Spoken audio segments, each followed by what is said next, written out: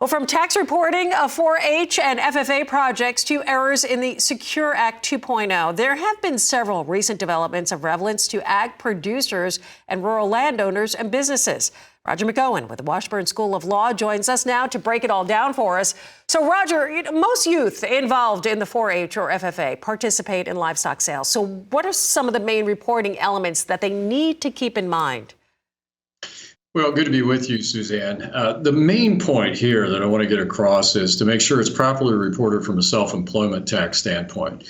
If the individual participant in the fair, upon sale of the animal, it receives the income, if they were raising that animal for purposes of the fair, for educational purposes, they were complying with all the rules and the regulations of the fair, and they didn't have a separate farming operation, or it was not raised as part of a farming operation, just purely for the educational aspect of 4-H or FFA, and again, participating under the rules of the appropriate organization, then that income is not subject to self-employment tax, because that's not an animal raised in the taxpayer's trade or business.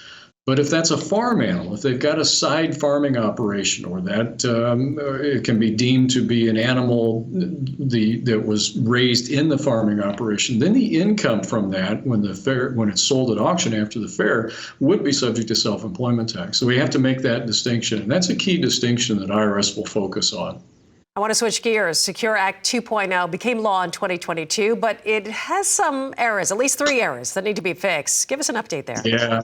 Yeah, that's right. Congress does need to do some cleanup by the end of this year. One is, for those people that were born in 1959, there are 2 required minimum distribution ages. You either have to start taking distributions out at age 73 or 75. They need to tell us which one it is, and it's starting in 2033, if you're those ages in 2033. So they need to fix that one.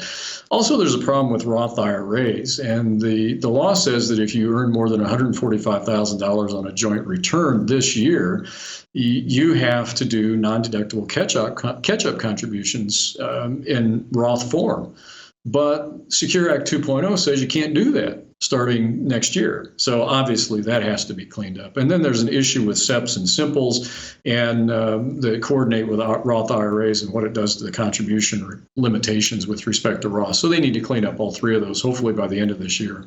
Well, one big story that a lot of farmers here in the States are following are farmers in the Netherlands being told that because of the goal of net zero emissions of greenhouse gases by 2050, they're going to be phased out if they can't adapt. Your thoughts? Could that happen in the U.S.? Well, what scares me is that there was $20 billion in the Inflation Reduction Act in climate funds to go to ag. Well, we're in the middle of working on a new farm bill, and there's $20 billion of funds that are designed to deal with climate issues. And when they throw $20 billion of funds in there, it will come with strings attached.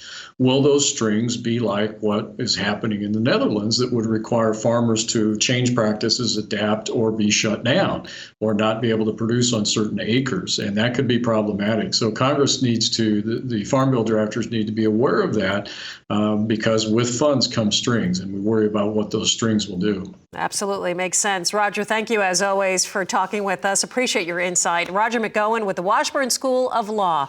Always a pleasure to have him join us.